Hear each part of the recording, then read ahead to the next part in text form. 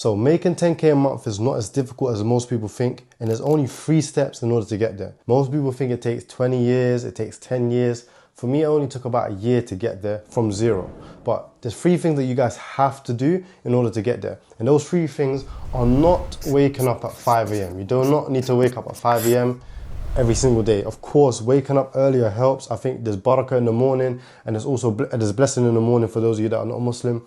It helps, but it's not necessary. You don't need to work 12 hours a day, not at all.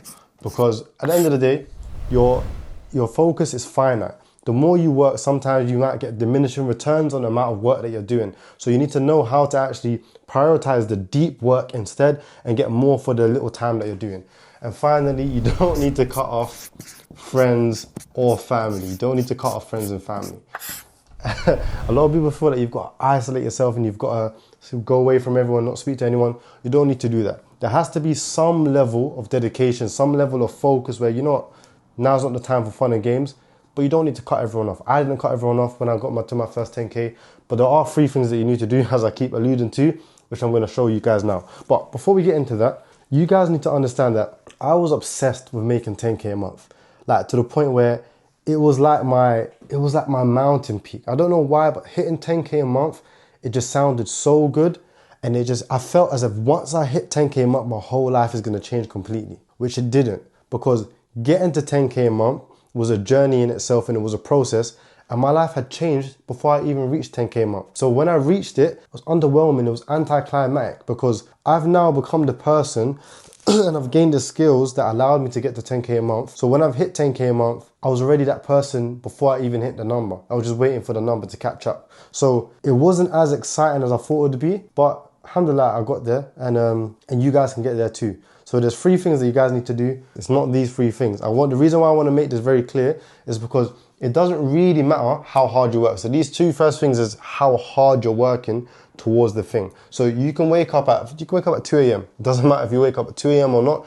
You can wake up at 12 p.m. and you can still get to 10K a month. It doesn't matter if you work 18 hours a day. If you're working on the wrong things, if you're working in the wrong direction, you're never going to get there.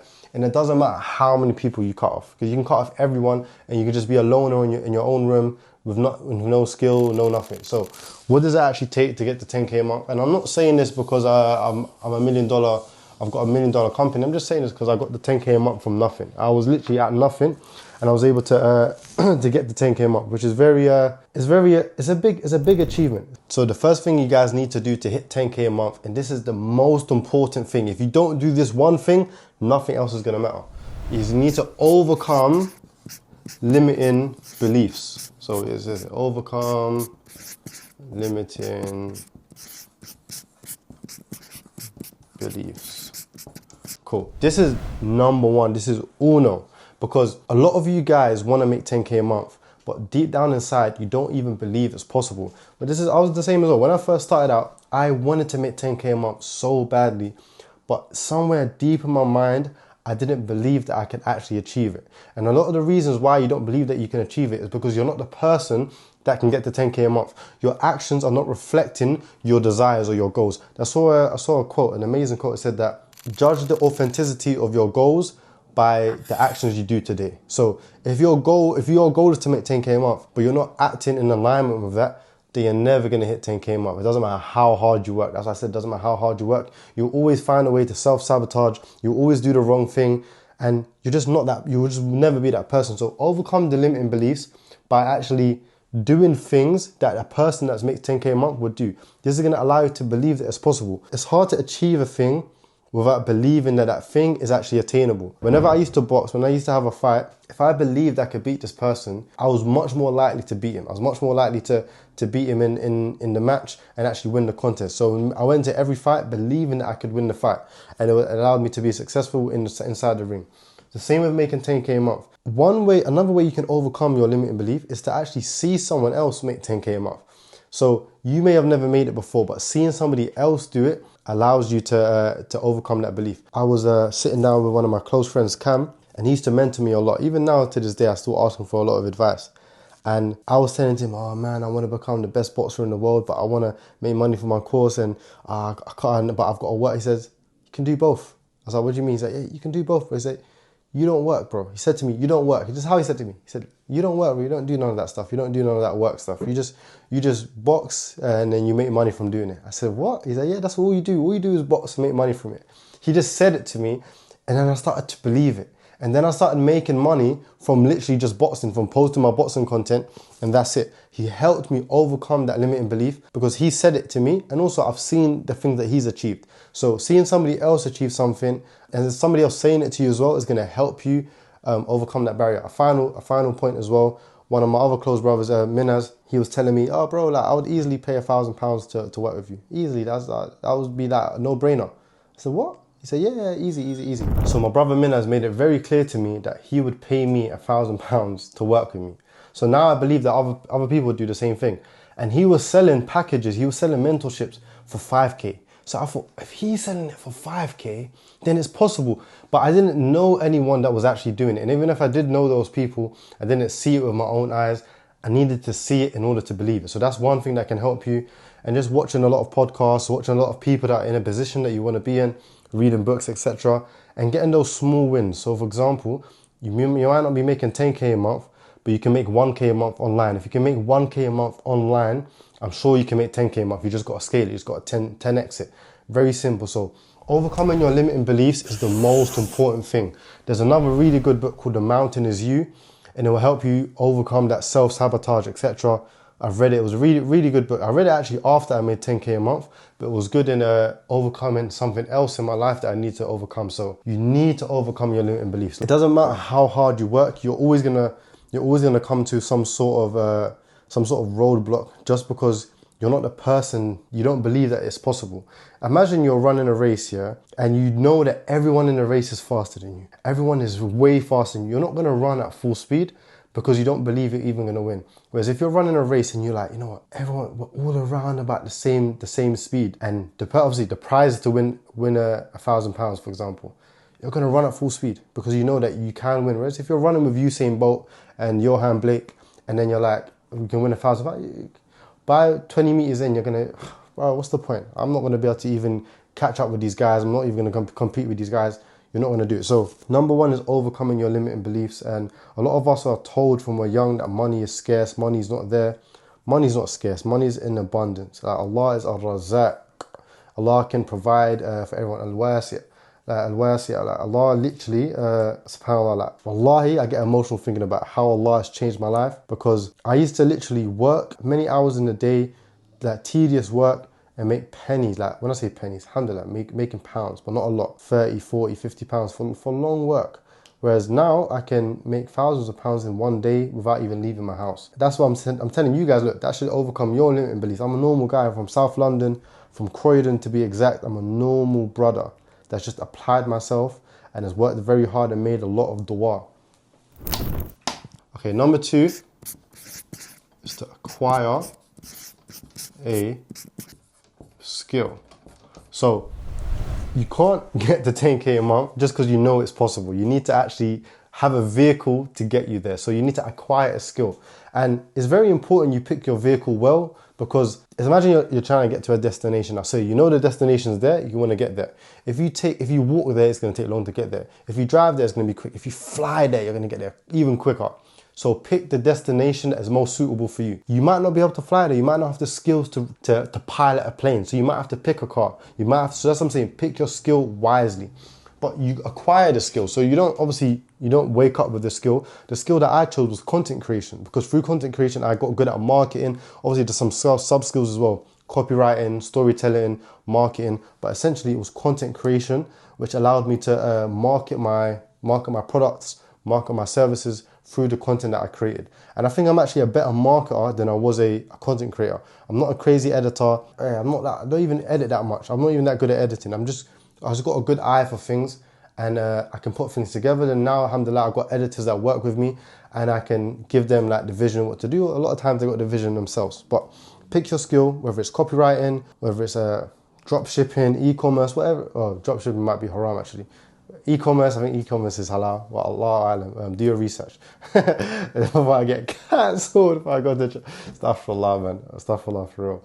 But whatever skill it may be, acquire that skill. Airbnb, whatever it may be, like you can literally do anything.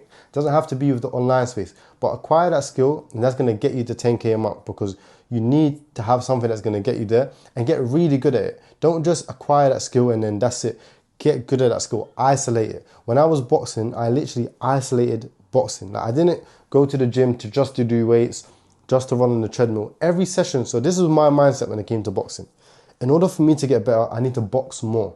So it's a very simple mindset. So when I trained, all I did was box. Yeah, I would run as well. Yeah, I started boxing around 15. A lot of people start around 8 years old, etc. I had a big break from boxing because I was doing some road stuff. I was being a delinquent. And then COVID hit, so I had a couple years out of boxing as well. And then I came back to boxing and I said, you know what, I want to be the best. And then I just put my head down, and in a year and a half, I became not only the best boxer in London 2 years in a row, the best in London 2 years in a row, and I think one of the best in the country, because I got to the nationals a few times, a couple of dodgy decisions. One time I lost fair and square, but I got scouted for Team GB in only a year and a half as well, bear in mind. And I became the most well-known boxer in London and almost in the UK. I think there was a couple other boxers that were quite well known, but I think I was definitely top 3 in the UK. So that's because I isolated the skill. I isolated boxing. I just focused on boxing. I didn't focus on anything else. I didn't focus on trying to lift heavier or no. If it made me a better boxer, I would do it. If it didn't, I wouldn't do it. So acquire a skill and get really good at that skill. Read books on the skill. Watch videos on the skill. Find people that are doing the skill and that are further ahead than you. A lot of people always they're trying to sell to their program, trying to sell to their course when they say this, but I'm being real. I had people that were mentoring me that helped me in my journey. As I said, my friend Cam, he mentored me. I didn't pay him for it, but he mentored me as a friend, and it was literally very beneficial. There was also somebody else that was mentoring me in content creation. And when they told me what to do, this wasn't a friend as well, by the way. When they told me what to do, I didn't say if, buts, and maybes. I just did everything they told me to do. A lot of people, you'll work with someone and you're like, oh, but it doesn't really... Look, you're 20 steps ahead of me. If you're telling me to do something, I'm going to do it. And a lot of people, they think that you do it once and it's just magic. No, I would do it relentlessly. If someone told me, look, you need to post every day, I made sure that no matter what, I posted every day. It's not like I'll post every day for a week or post every day for a month. I posted every day until I got to where I needed to be. They told me so many things, so many gems, but posting every day was just one of them. So I just made sure I did it. So acquire a skill, get really good at the skill, and then you can actually sell that skill to other people. For example, what I'm doing now, I'm teaching people how to grow their personal brands, how to make money online. I've acquired the skill of doing so. I sell it to other people. I teach other people how to do it, and it's been very successful. I've helped people quit their jobs. I've helped people make 10K with only a few weeks of actually working with me. So it's actually very lucrative, and it's very rewarding as well, knowing that you can help somebody do something that took you years or months, however long it took to actually acquire. So acquiring a skill is number 2. So final one is client, and a lot of people find this one difficult. Let's see if I spell this right. I don't even care. Bismillah. I'm not an English teacher. I'm here to teach you guys how to grow your personal brands, how to make money. So you know that 10K a month is possible now. You've got a vehicle to drive you there. You know how to get there. You've got something that can get you there. But now you need clients that are actually going to buy from you. So you need to acquire clients. So you need to get good at finding people, as Alex Hormozi would say, getting strangers to buy your stuff. So you need to find out a way in order to get people to buy your stuff. There's many ways to acquire clients. Alex Hormozi, he goes through 4. Obviously, you can read his book. He goes through 4. But one thing that I did, as I would do content creation, is essentially free advertising. So I would create content around the product, around the service that I have, around the skill set that I have. I'll teach the skill online, etc. And then people would know about my stuff, so I would be able to get clients. So essentially as well, you don't always have to sell directly. Me just teaching someone. So I would create videos on boxing, teaching people how to box, teaching people how to win their next fights. People would message me saying, bro, you helped me win my fight. I said, oh, did you buy my program? I said, no, I just watched your free videos. My free videos were so good that people were able to get the result, which in turn made people want to buy from me. It was very simple. And then also I would do a lot of call to actions, a lot of CTAs. If you guys want a full video on how to do this, just click the link on my bio. At the time, link in bio worked very well. Right now we use ManyChat, like a comment this down below. We'll send you an automated message that will give you a link. So it's a bit different now, but essentially was the same thing, client acquisition. Also outreach. I did a lot of outreach as well. So in another same book, Alex Hormozi, $100 million leads, he talks about outreach. I used to send 100 messages a day to people in the morning. And now would I advise you to send 100 messages a day? If you're just starting out, yes, because the more messages you send, the more you're going to learn. You're going to get more feedback loops, and you're going to learn quicker as to what people respond to better, etc. Now, I don't need to send 100 messages a day because I'm better at speaking to people, and I'm not saying I got a whole team now anyways that I work with, but you want to get good at acquiring clients. You can do paid ads. You can just other things you can do. You don't have to do these things that I'm saying. I'm just telling you what I've done. I started out and I didn't have any money.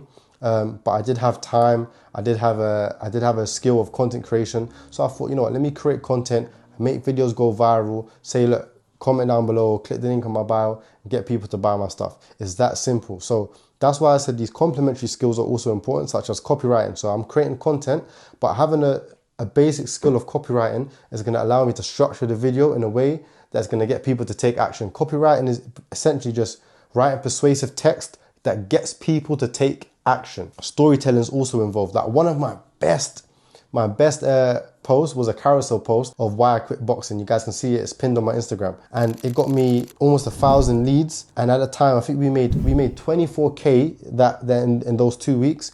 We should have made 100 bags. But at the time, we didn't know, we wasn't able to handle the amount of leads. We wasn't equipped for it at the time. Now we're equipped, we're ready.